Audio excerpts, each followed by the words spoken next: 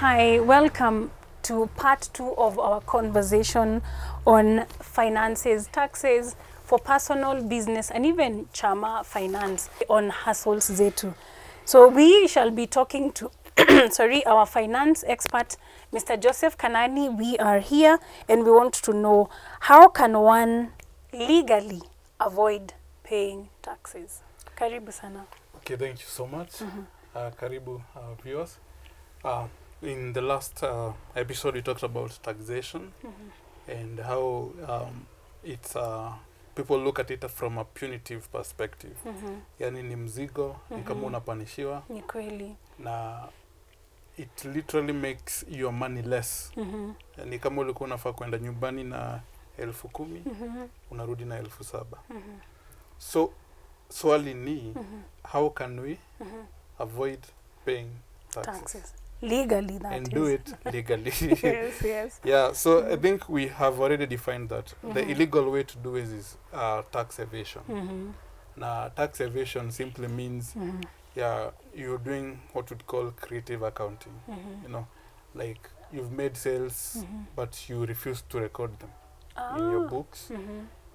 You've had VAT sales, you refuse to submit them. And so many other things that are illegal, and those ones will basically attract the KRA people, and when they come to you, it's not usually a laughing matter, but you should not be afraid, because they have processes, they have hearings, they have tribunals, so si ati ni kitu ya kukufa nayo. But how can we avoid kufika hapo? Yes. Mahali tunafuatwa na KRA. Exactly. Na mahali biashara zetu zinafuatwa na KRA. Yeah, true. But still tukuwe na pesa mfukoni. You know, like tumelipa our fair share of taxes, but what we can avoid, we avoid, exactly. True. So we'll start with, we talked about different kinds of incomes. Na ya kwanza we talked about was the individual incomes. Yeah. Yenye unalipwa kwa mshahara at the end of the month. And those people with a payroll, if you look at part of your deductions, kuna kuanga na vitu kama NSSF, kuna kuanga na vitu kama insurance premiums, zenye tuseme mtu ako na life insurance, na analipa. There are things like mortgages, like umenunua nyumba mahali ama property mahali, na hiyo inakatwa. Na the first way to avoid taxes, let me first of all put it in a bold way and then I'll be able to explain it. Yeah, true. Is by not saving your money in the bank. The best way to avoid for a person who is getting a payroll and pay as you earn, is to avoid saving your money in the bank. So after nimelipwa, nijue mahali naeka pesa zangu. Before ulipwe, ujue mahali utaweka pesa yako. So if I am employed by my employer, but see, they have to, assuming my money is channeled through the bank, but for somebody whose money is not channeled through the bank? No. Actually, you can get what you're getting at the end of everything has been deducted at the bank. Yeah? But you see, what happens is, because of lack of knowledge, we do not know this many things. For instance, you could be getting your salary and then you take a part of it, go save towards your retirement. Yeah, true. You see? But if you had saved for your retirement before you were paid, then you'd be able to save on your taxes. This is what I mean. The Retirement Benefits Authority has given us a list, or accredited as organizations where we can save for retirement. Yeah, true. And the amount that you save for retirement is an allowed deduction from your salary before taxation. For instance, if you're earning 30,000 shillings and you don't save for retirement, you'll be taxed on the 30,000. Wow. But if you're earning 30,000 and you save for retirement, then you'll be taxed less what you save for retirement. Wow. But you see, now you have to decide that before you are paid. Because if you are paid and then you take the money to save, that's why I'm saying, if you save in the bank after you've been paid, Yeah, true. then you're losing on what you could avoid It is paying true. in form of taxes. Wow, very informative. This is quite informative. And most people look at, first of all, they look at the takeaway home salary, you know. Now, they forget about retirement. And as much as 200 shillings was the amount that people were paying towards NSSF for retirement, 200 was just the minimum amount. Kukuati, huwezi lipa, huwezi contribute 300, or you can't contribute 1,000. Yeah. And even when the government increased it to 1080, watu walilia sana. Yeah. But one of the effects that 1080 did to their taxes, wakiangalia vizuri, ni ili reduce the amount of taxes they were paying. But what I'm saying now is, if you can be able to plan for your retirement, you say I'm saving maybe 10,000 shillings every month. Every month for your retirement. Exactly. Yeah. Then plan it before the payroll is processed. Yeah. So that amount of 10,000 is included in the deductions before tax is computed. Oh, now the pay as you earn. The pay as you earn. Yeah. So the amount that you'll have saved now to an accredited organization, it could be NSSF itself, Yeah. it could be any of these insurance companies that have a retirement fund, Yeah, true. etc. Yeah. But if you're paid first and then you save that money, You already are losing. exactly, because you've already been charged a tax that you could have avoided. Okay. Now, this is very interesting because many of us have been in employment. Do our employers No. know this? I would assume the employer should know that, or at least the accountant should know that. And if you're an employer, then your accountant should be watching this show. They should be following this money because this is actually very informative. Yes. And I don't know. And is it something? Okay, unfortunately now payrolls have to be done for the Yes. whole company. Eh? Yes. So even if I have this information, I cannot go request the accountant, please You do this. can. You can, because it's the law. It's allowed. You're saying, no, I'm contributing. Maybe the company's policy is to contribute 200 shillings for retirement. Yeah, yeah. But I want to contribute 4,000. So I go tell them Yes. when you take out the 200 shillings. Yes, mine take out 4,000. Wow. Yes. This is somebody, one can walk into an accountant's Yes. office or the HR office Yeah. and maybe do a letter, I need this to be deducted Yes. before. Wow, interesting. Yeah, but now the problem is, I think in most organizations, the bureaucracy, the hierarchies, no, they don't have revolving doors policies. So getting even to the payroll accountant becomes a Extremely problem. hard, Yeah. yeah. But just one way. The other way would be if you're saving towards the house. Remember, at first I said, don't save in the bank after you've been paid. Yeah. Save before the payroll has been processed. So if you're intending to own a house, there's what we call the mortgage interest relief. Again, the same way as the NSSF, as I've said. So the amount that you want to put towards the house, if it's 10,000, don't wait until you're paid and then take that amount and take it to the house. Go to the accountant, as you've said, say, I want this money to go to this Bank A or yes, company A. or the organization that has given you that mortgage loan. Mortgage, yeah, true. So that so you get the interest relief. Again, that interest that you're supposed to be paying on that mortgage is deducted from your income before you're taxed. Again, it reduces the tax. Wow.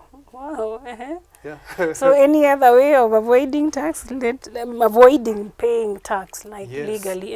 Again, when you're saving for your, there's what we call the life insurance policies, Yeah. where, and nowadays insurance companies or those that offer it have it in two ways, that you can save towards maybe like your children's education, but through a life insurance premium, or just for your life insurance. So it means that in case of anything happens to you, then your dependents are able to get that amount that you have insured yourself for.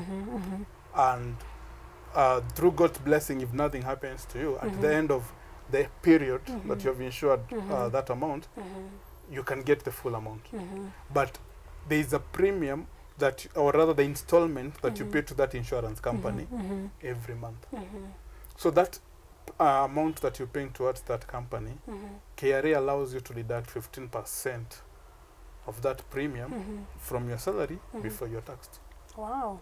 Yes. Interesting. So there's so many other things, and I think, as you said in the previous episode, we'll always be putting these things in our social media handles so that people can access them. Exactly. Yeah. Wow. Wow. And now the most interesting way to avoid paying a lot of taxes from employment is when you go to the next interview, ask to be employed as a consultant instead of a full-time employee. Yeah. Why? Help us understand that. Because when you're employed as a full-time employee, no matter how many hours or whatever effort you put into, your income will be charged the pay as you earn at the end of the month like everyone else. And we discussed the tax bands, 10%, 25%, 30%. If you're earning more than a certain amount, 32.5%, etc. And then up to 35%. Etc. And you use that salary for your fare, you use that salary for the lunches, or rather you're using that salary to facilitate you do that work that you're being paid for. But as a consultant, you paid your full amount less only 5% withholding tax. And then you now compute your taxes by deducting the expenses that you incurred to earn that income. So as a consultant, you have more money as compared to an employee. And that is what you're saying. We're trying to avoid paying taxes and have more money in our pockets. Well, Joseph. But it also depends with the policy of the organization, because I'm sure you can't wake up tomorrow and say, sasa nataka nikuwe consultant. The boss might say, no, that's not our policy. But I think there are places where, I remember I worked in an insurance company, a very good insurance company. There was a guy who would, actually he was like the chief accountant. Yes. He would hand in a resignation letter. Yes. And he would be ongezwa mshahara. You know, like the way an employer wants you at all cost. Yes. And I actually, there's also another place I know, a gentleman who resigned as a full-time employee, also in the same position as an accountant, and he decided, I will only be available on these days. And he was employed on consultant basis. Imagine. I think that's why accounting could be maybe one of the wisest careers to take, because you know those little secrets that will keep more money in the pocket, avoiding taxes, and all this is legally, because you're not breaking any rules. Yeah, true. You're not, no KRA agent or official will come to you back. At your door. Etc. Actually, there's even nothing to like even trace, because if I choose employment as a consultant for a company, my terms allow me to be able to pocket what I'm pocketing as compared to one with the documentation of an employee where there's pay as you earn and all these other expenses. Or even if it's the same amount, let's assume a full-time employee is earning 100,000. You as a consultant also earning 100,000. The full-time employee at the end of the month will have less 30,000 in terms of pay as you earn, 30% of 100,000. But the consultant will have 95,000 because they'll only be deducted 5%. Then they'll be required to file in their taxes at the end of the year, detailing all the incomes they had, and are allowed to deduct all the expenses that they incurred during that year. Wow. So meaning now they can be able to minimize the amount of taxes they are paying and have more money in the pocket.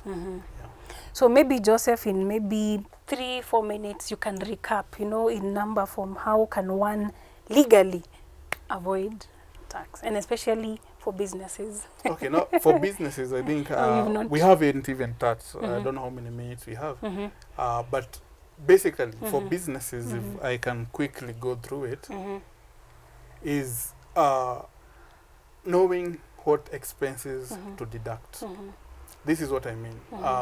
Like for instance, if you're earning 100,000 and you have to pay rent, you have to pay marketing expenses, you have to pay transport, you have to pay. So all those expenses, you should have a well-laid layout of keeping those accounts or those records so that you know all the expenses that you have incurred during that month or during that year. Because even when you go to a hotel, for instance, to meet a client and you buy them lunch or whatever you buy them during that meeting, that is supposed to be an expense for the business. And that expense is supposed to be deducted from the income before tax. So the best way is to have a record of all the expenses. And I mean, even the small ones, even the ones that you might ignore, those are expenses that might reduce the amount of taxes that you pay. The second thing is when you're a director of a company, your own company, you know, have you ever heard of stories of people like Mark Zuckerberg and the owner of Facebook? And people get very, you know, challenged by the fact that he earns $1 per year. $1 per year? Yes. It's a tax move. Because even you as the director of your own company, stop giving yourselves salaries. Because if you give yourself a salary, you have to pay as you earn. And because you are a director, you want to be seen that you're earning hundreds and 200,000, a lot of money. It's the Kenyan culture. Yeah. Because if somebody who's running a $1 billion entity earns $1 per year, that is his take home. That is his salary that is recorded, and the KRA in the US know that he earns $1, and if there's any tax to be paid, it should be on that $1. But he eats well, he drives, he has a good home, he dresses, although it's in t-shirts, but he dresses well. So how can you as a director of your own company avoid paying taxes? So one, stop taking a salary. Instead, this is what most of those people do, like the Mark Zuckerberg and all that. They take a loan from the company. They take a loan? Yes. So when they take a loan, how then are they avoiding to pay? Because you're taking a loan of, let's say, 1 million shillings in the year, and every month you're paying back what you're supposed to pay. And you see, loans are not taxed. They're not taxed. Yeah. And you're using that loan to do your own things, to pay your rent, to pay your clothing, to do your entertainment, and you're not getting taxed. But in this kind of setup, maybe we cannot be able to explain it in depth. But if you go to the downloadables in our handles, you can definitely get them. Oh my goodness. I am looking at the Mamlaka crew here, shaking their heads in amusement, because my goodness, there are so many ways people know how to, you know, kuchapa KRA na US whatever huko nje, because it's important actually, na ndio maana watu wanalia sana that the taxes have become too much. So maybe you can recap them in maybe 5 minutes. Okay, so we have talked about those who are employed and those who are in businesses. So those who are employed, as I said, the key thing is don't save after you paid, save before you paid. Save for your retirement through contributing high amounts to retirement authorized organizations by the RBA. If you're saving towards a house, save before you paid, and whatever interest you're paying on the mortgage will be deducted. If you have kids, you're saving for their school fees, or even dependents that you're paying insurance in case of something happens to you. Also, that premium, a percentage of it is deducted from the taxes. If you're going for a new interview, ask if you can be employed as a consultant. Kwanza hapo sana. Then if you're running a business, the expenses that we talked about, those people running businesses like, let's say those digital businesses, I'm sure your offices are in your houses, and you pay rent for that house. So there is a portion, maybe 80 or 70%, the KRA cannot ascertain, that you use for your business. So that rent is an expense for your business. So you're supposed to deduct it before you pay the taxes. Also, avoid paying the turnover tax by paying the normal annual corporate tax. You see, the turnover tax is on the sales. That is before you deduct any expenses. But if you pay the normal taxes, that is you have a KRA PIN and you have little accounting knowledge, you keep your books, you know your incomes, you know your expenses, then you'll be able to pay taxes on your profit. That is the total income minus the total expenses. And that way, pesa mingi mfukoni, furaha mingi nyumbani. Na hakuna sufuria kwa barabara tena. Hakuna sufuria kwa kichwa. Yeah. Wow, my goodness, Joseph, this is a very intense conversation on some of these things, which many of us don't even know. I never knew there was a way one can legally avoid paying taxes. And as a business lady, maybe we need to even have, now I need to get you as a consultant for my business, and I hope many other people would be able to actually be able to look for people like you, you know, accountants, people who know how to be able to reduce whatever it is that we pay back to the government in the legal way, because we would hate to be in a mess anywhere by telling you to not pay taxes. Yes. So pay what you can, whatever you can be able to save now from paying taxes. Let's say, as he said, if you're saving for a mortgage, if you're saving for a retirement, there are many ways. If you're an expert in your area, you can opt in for a job as a consultant instead of an employee. So wow, this is very intense again, Joseph. So this is end of part 2 of our money conversation. We hope that you're learning something. This sounds like it's gonna be very interesting. So keep it here on Hustles Zetu. So thank you very much again for watching this. This is Eunice Njeri, and this has been a Hustles Zetu money conversation. Bye bye.